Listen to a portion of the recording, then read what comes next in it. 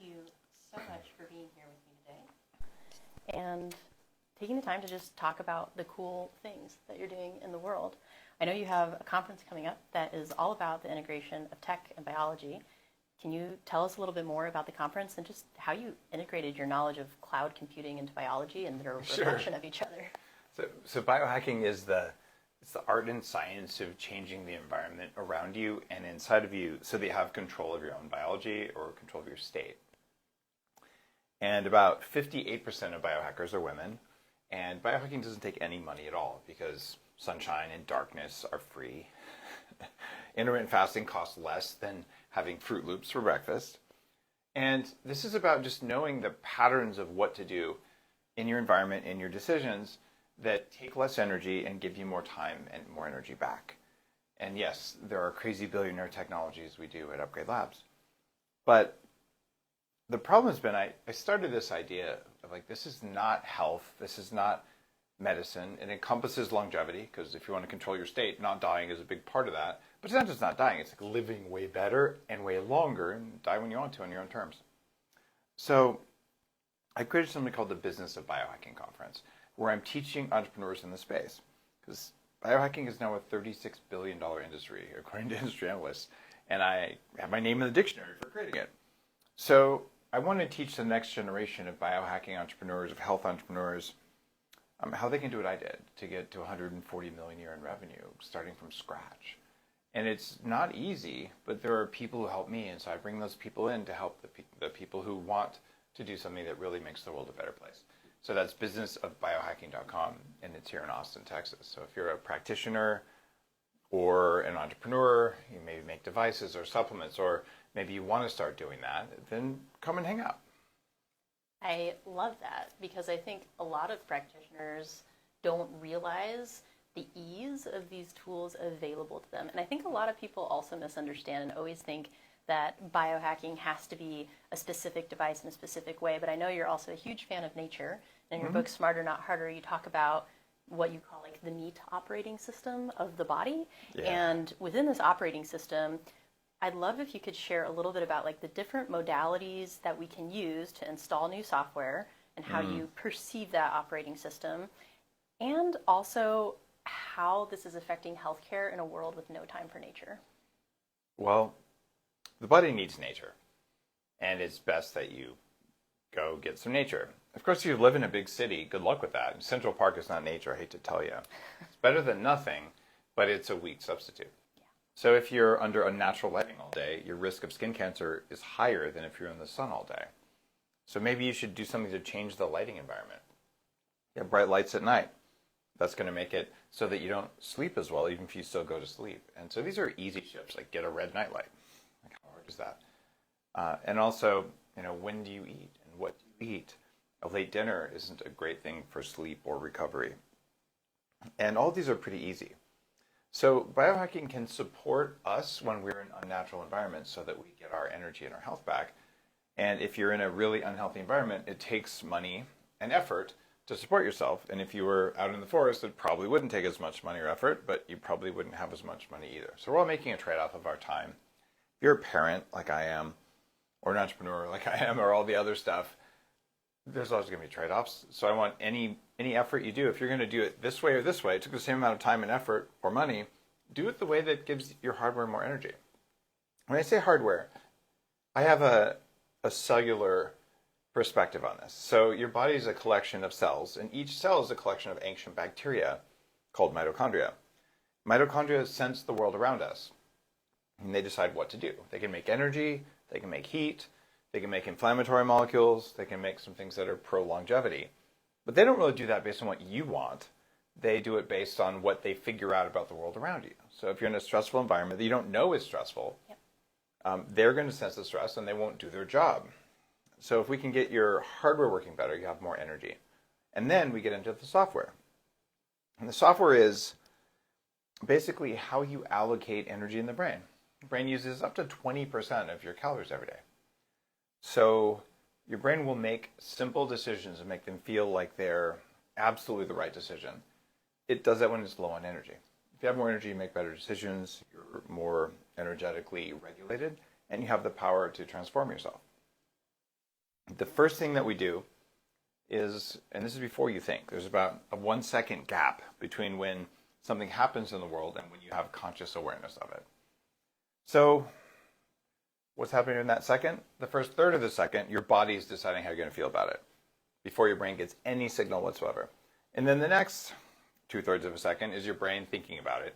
And then, look, I just noticed, and it feels like there wasn't a gap, but there was. It's a reaction speed thing, and it's entirely invisible to us by design. And if you ever see a cat move quickly, they're 10 times faster than we are on that. So first, just recognize your body makes decisions about the world before you do. And how did it know what to do, and how does it operate? The first thing it does, it looks at fear. Something is scary, run away from, kill, or hide. These are ancient bacteria doing this. This is a survival behavior. Like every life form does this. So if it's a perceived threat, shift energetics that way. If it's not a threat, then the body goes, can I eat it? If so, eat all of it relentlessly until you're stuffed. Right? Okay, fear food. The next F word is something that all life has to do to stay around forever. Do you know that one? Fertility. Fertility. I can't believe that you stole my joke. It's the other F word, Christine. So, yes, your body is making you want to do the recreational F word because it wants to make sure that you do the fertility word because survival of the species is important. Now, let me ask you this. Is there anything you've ever done that you're ashamed of that wasn't one of those 3 survival behaviors from your cells? That's a very good question, because when you phrase it that way, it does tend to all orient towards that. So you can blame your mitochondria for everything you've ever done. And then you think you did it, but you didn't. They did it, right? And they made you feel a certain way. They made you make a certain decision. And you looked at the cheesecake and the pizza, and your mitochondria said, what if you wrap the cheesecake with the pizza? Wouldn't that be good? And then you ate all of it. And you're going, what is going on? They have first dibs on your attention and on how you feel about things. And I'm sorry, I'm outing you for eating the cheesecake pizza burrito that you invented. It's shocking. Yeah, it's a favorite of mine. I can't help it. That sounds gross. That sounds terrible. And after fertility, then all life on Earth supports other life, which is your ecosystem, your community, right? So your lions eat some deer, right? Cool, it keeps the ecosystem balanced, and they support their pride, and humans do the same, and trees and frogs, we all do it. And then the final F word for humans is forgiveness. And this is having the energy left to let go and improve ourselves so that we can be happy and joyful and experience the pleasures of life. But if you're stuck in fear, food, fertility, it doesn't work. So rewriting your software is replacing fear with the opposite of fear. What's that? Courage. The opposite of fear is not courage. Oh, okay. What do you think? Courage is feeling fear and then doing it anyway, which is a sign of someone with enough mitochondrial function and willpower, and courage is awesome. Peace is the opposite of fear. True. It's when you don't have fear. And if you're in a state of peace, you can do something that others would think is courageous, but you didn't feel the fear. Because you trained your system to not be fearful when fear isn't warranted. Right? And that creates... It's a skill that has to be developed. Oh, yeah. And that's why we have meditation and breath work and all those things. And then on food, 1/3 of the average thoughts in an average person's brain, 1/3 of the thoughts in an average person's brain are about food, about tacos. And my brain doesn't do that because I taught myself to feel safe when my stomach is empty. Yeah, I know you talk about that in your book, one of your fasting books, Yeah, where Fast you This Way. fast this way. Yeah, didn't you go into a cave for like 4 days and do a whole fast? Yeah, I fasted in a cave for 4 days because I figured I would get hypoglycemic and hangry, and that way I couldn't yell at anyone. And if there's no food, then I won't cheat. So that worked. And then, so you can teach yourself to do that. So you're feeling peaceful if your stomach's empty. So we turn cravings into nourishment. So fear becomes peace, cravings and hunger become nourishment, and actually peace about hunger. And then the next one, fertility. OnlyFans, porn, all the stuff we don't want to be doing. Even just that time, you went on a date with, the whole cheerleading squad or something. Like there are times that you're like, I know I shouldn't do this, but I'm going to anyway. Every bad date you've gone on when you knew it was bad, it was your mitochondria just going, make sure that we have babies, right? And it doesn't feel like that's the way it is, but it is the way it is. And we can measure this with neuroscience. In fact, I do that at my 40 years as Zen company. So from there, okay, friend, does your community exist? Is your community nourishing you? Because if you have energy left for your friends in your community and your family, that really increases life satisfaction. You live longer. And at the end of the day, after you've done all that stuff, do you have enough energy to exercise, to meditate, to do some breath work, maybe get an adjustment, all the things that are self-care? A lot of us are too exhausted to do that. Yep. So biohacking, let's reallocate the energy so we're not triggered all the time, so that we're not hungry all the time, so that we have deep connections in our life and we don't feel lonely, and that we have an external community that supports us as well. When you do that, your whole body relaxes and you allocate energy towards making the world a better place. And you do it without having to think, because that's the friend word. You're wired inside your bones to be kind to other people and support the environment, support people, but you won't get there if you're stuck in fear. Absolutely. So well said. Well, thank you. And so when you talk about biohacking, because I know a lot of people think of it in different ways, it's really just about upgrading the software system in whatever way you really want to, which ideally we should all be moving towards peace for the sake of our long-term health. Or how would you describe it as kind of the cultivator and father and developer of the biohacking world? Well, one of the things that makes the system feel peaceful and safe is calmness. So if you're in a building that has a buzz all the time, and you have these bright LED lights right above your head, unless you have done a lot of meditation, you probably won't see that they're flickering, but they are. And flicker creates all sorts of biological stress. And then we have unnatural EMFs, which hundreds of studies show negatively affect mitochondrial function. And you could say, but that's not science. By the way, if you're triggered, it means you're carrying a loaded gun, and my finger's on the trigger. And that's kind of rude. You should chill out about that. Or you can troll me on my page. I'm fine with that too. I have fun with it. Expect a mom joke in response. So with all of this, I'm so curious to ask, what is your opinion on the state of our healthcare system? And where do you feel like these tools can fill in the gaps? Because I really think that this is a model where both patients and doctors can win. And you're doing this with things like Upgrade Labs and 40 Years of Zen. But I'm so curious as to your opinion on that. I don't think we have a healthcare system in the U.S. I agree with you.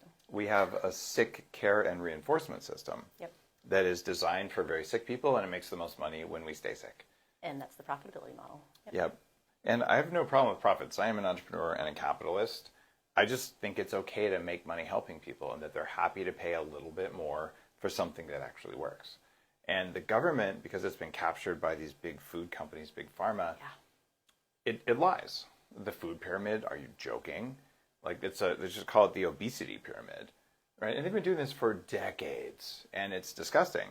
So just understand, your doctor's not there about your health. Your doctor's there if you get in a car accident or you have some really aggressive infection. The rest of your support team for your health and wellness is people that may be medical doctors, they may be chiropractors, they may be acupuncturists, they may be homeopaths, they may be massage therapists, they may be nutrition coaches, they may be your AI platform. And I'm about to roll one out for Upgrade Labs that's very comprehensive. And what I want listeners to understand is if you're a practitioner, come to the Business of Biohacking conference in Austin next week, businessofbiohacking.com. And this is where you can learn how to build these tools that allow you to radically increase the number of people you help and probably have a more profitable clinic, so that becoming an independent physician, it isn't a burden, where it's joyful. And I mean, you practice medicine in lots of different ways, and you do it without being usually, I think, in the insurance model, right? Correct, yep. So, and I just have to say this straight up. So who's in charge of your health? Is it your doctor? Is it your insurance company? Is it your employer? Is it your government? Who's your health daddy? And I hate to say it, it's you. You're your own health daddy. You just have to do that. And if you don't look to any of these people, like anytime I have to use insurance, I'm like, gross, it's going to take 2 hours of my time, which is worth more than whatever pittance they're going to give me, unless I need surgery, in which case I'm going to actually have someone else do that for me, because dealing with insurance companies is horrible. Every doctor I know, and I lecture to thousands of doctors about longevity every year, they hate insurance companies with a passion. Because insurance companies make their money by wasting doctors' time and wasting patients' time because it's too much friction in order to get any results. United Healthcare is one of the worst at this. They have an AI model that says no 90% of the time until you harass them. So this is something that will just leave the system. And when people realize, oh, maybe I'll spend a couple $100 this month not on insurance, which is not a small amount of money, but there are plenty of doctors who are happy to take care of you for that. There are also doctors who create models where, unlimited visits is $250 a month, and I'll just take care of you. I'll write whatever prescriptions you need. This is cheaper than insurance and way better for a lot of people. So we like to explore those models and help people learn how to do the marketing and the execution and the team building and just how practitioners or doctors or anyone in the health space can become an entrepreneur. Because I hate to say this, how many classes on business did you get when you were doing your medical training? Well, one of the things I chose was a different school model that actually had some business classes. Cool. And with a school model that had some business classes, I think we had about 2. 2. Excellent. If I was going to train someone to be a terrible entrepreneur, I would send them to medical school.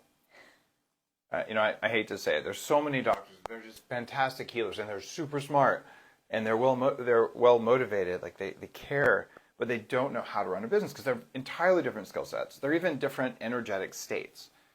And a lot of doctors will do like 40 years of Zen, my 5-day intense neurofeedback program, where we kind of show you the altered states. And like, oh my gosh, I didn't know how to put on my business hat.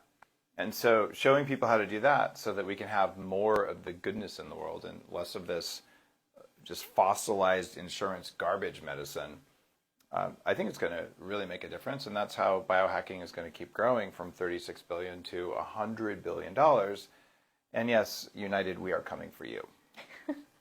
Well, and I remind people that, like, with an insurance model, I have renter's insurance in case someone breaks into my house, but I don't expect the renter's insurance to clean my house. So I am responsible for cleaning my body, but if something breaks or bad happens to it, then yeah, I'll use the insurance model. And if people can start training themselves to see the world in that way, I think that's much more sustainable, because we gave our health away like a couple decades ago, and we never should have done that.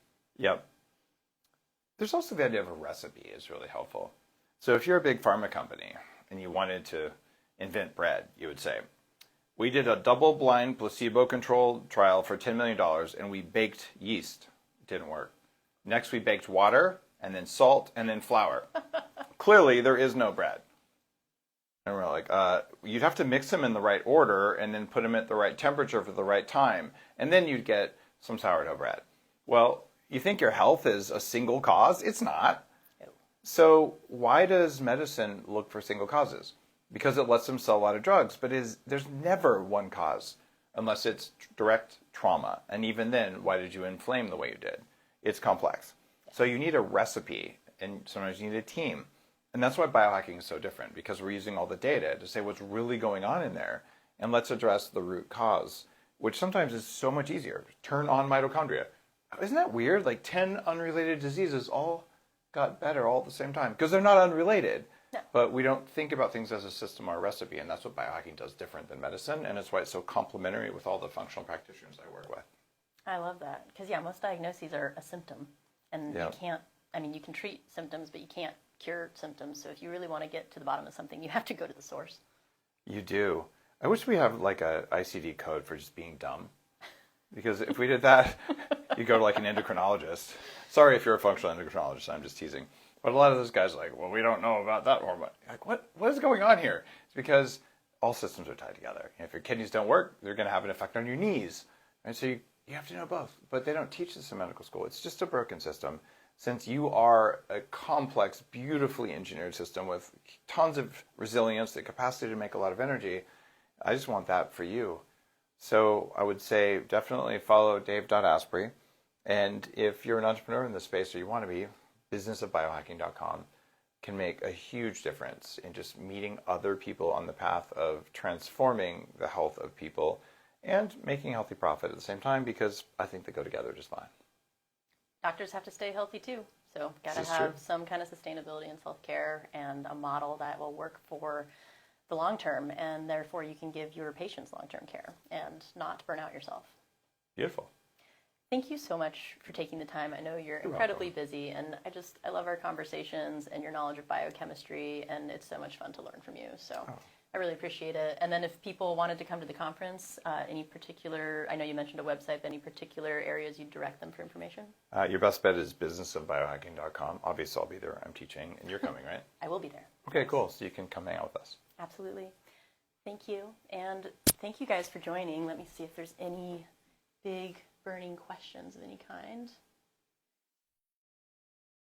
So for the where can we see the program, just go to the website that he just mentioned, businessofbiohacking.com. And seeing if there's anyone else. No other big questions for now, but thank you guys so much for attending. There's so many of you. We love to see you, and feel free to comment and ask any questions, and we'll both be watching the feed, and we're happy to answer whatever you have thoughts about. And thanks, Dave.